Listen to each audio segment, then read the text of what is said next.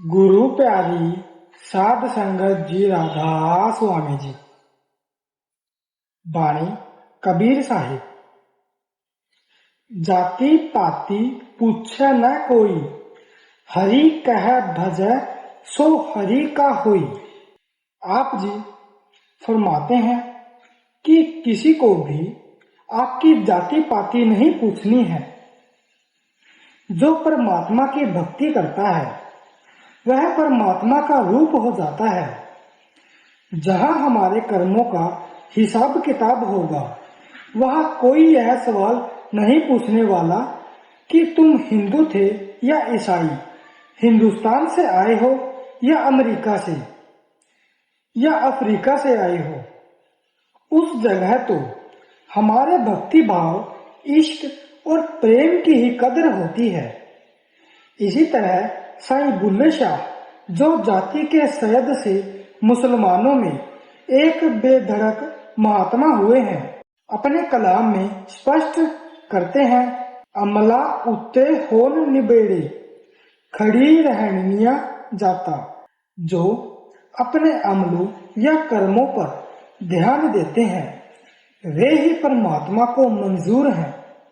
जो जाति पाति के अहंकार में फंसे हैं उनकी उस दरगाह में कोई कदर नहीं है। संत तुलसी साहिब जी अपनी बाणी में समझाते हैं कि नीच नीच सब तरी गए, संत चरण लोलीन, जात ही के अभिमान से डूबे बहुत कलीन। आप जी का भाव है कि जो अपने आप को नीचा समझता है, जिसके अंदर नम्रता और दीनता है, जो संतों के चरणों से प्यार रखता है, उनके उपदेश पर चलता है, वह इस भव सागर से पार हो जाता है। जिनको जाति पाति का अभिमान है वे इस भव सागर में गोते खाते हैं। कौमों की कौमें, मजहबों के मजहब इस जाति पाति के अभिमान में डूबे जा रहे हैं। फिर आप फरमाते हैं, बड़े पढ़ाई पाए कर रोम रोम अहंकार, सतगुरु के परचे बिना चारों वर्ण चमार। यानी बड़े लोग बड़ाई पाकर रोम रोम में अहंकार से भर जाते हैं। सतगुरु से मिले बिना, उनके प्यार के बिना चारों वर्ण ही नीच हैं। पलटू साहिब भी हमें यही समझाते हुए फरमाते हैं कि पलटू ऊंची जाति को जनी कोई करे अहंकार, साहिब के दरबार में केवल भक्ति प्यार। आप जी का भाव है कि मालिक की दरगाह में केवल भक्ति और प्यार की ही कदर है। भक्ति और प्यार ही हमें वापस ले जाकर उस मालिक से मिलाएंगे। किसी के मन में यह विचार न हो कि मैं ब्राह्मण के घर पैदा हो गया, मुझे ही मालिक से मिलने का गौरव प्राप्त हो सकता है, या मैं हिंदू से ईसाई बन गया हूँ, अब सिर्फ मैं ही परमात्मा से मिल सकूंगा। या कोई यह सोचे कि मैं एक नीच जाति में जन्म ले चुका हूँ, मैं शायद अब कभी परमात्मा की भक्ति नहीं कर सकूंगा। गुरु अमरदास जी ने तो इस जाति पाति का यहाँ तक खंडन किया है, बिन नावे सब नीच जात है, बिस्ता का कीड़ा होए। आप जी का भाव है कि जो मालिक के नाम की कमाई नहीं करता उससे ज्यादा नीच जाति वाला और कौन हो सकता है, क्योंकि मौत के बाद उसे विष्टा का कीड़ा तक बनना पड़ेगा, यानी नीच और अधम योनियों में जाना पड़ेगा। इसी प्रकार गुरु अर्जुन देव जी फरमाते हैं, जिस नाम हृदय सोई बड़ राजा, जिस नाम हृदय तिस पूरे काजा, जिस नाम हृदय सो जीवन मुक्ता, जिस नाम हृदय तिस सब ही जुगता। जिस नाम हृदय सो सब ते ऊंचा, नाम बिना भरम जोनी मूचा।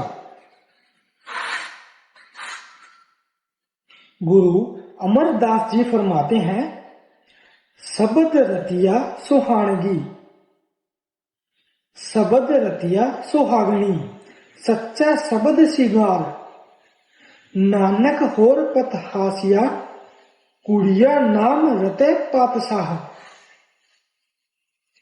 आप जी हमें क्या समझाते हैं?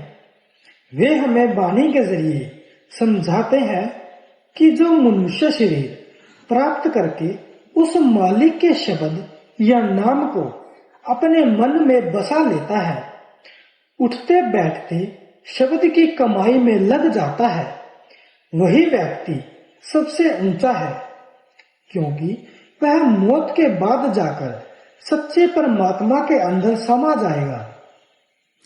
इसलिए जो मालिक की जाति, कौम, मजहब और मुल्क है, वही हमारी आत्मा की जाति, कौम, मजहब और मुल्क है। इसलिए हर एक महात्मा हमारे ख्याल को मजहबों के वहमों, भ्रमों और कर्म कांड के बंधनों के इन छोटे छोटे दायरों से ऊपर ले जाने की कोशिश करता है और हमारे अंदर उस परमात्मा के प्यार और सच्चे नाम की कमाई का शौक पैदा करता है। परमात्मा हमारे अंदर है। सभी महात्मा हमें अपने अनुभव से समझाते हैं कि जिस परमात्मा की हमें तलाश है और जिस परमात्मा से मिलकर हमारी आत्मा हमेशा के लिए मरण जन्म के दुखों से बच सकती है, वह कहीं बाहर नहीं है। वह हर एक के शरीर के अंदर है। जिसे मिला है अपने अंदर ही मिला है और जिसे भी मिलेगा अपने अंदर ही मिलेगा। इसलिए अगर कोई लेबोरेटरी या प्रयोगशाला है जिसके अंदर जाकर हमें परमात्मा से मिलने की खोज या रिसर्च करनी है, तो वह केवल हमारा शरीर ही है।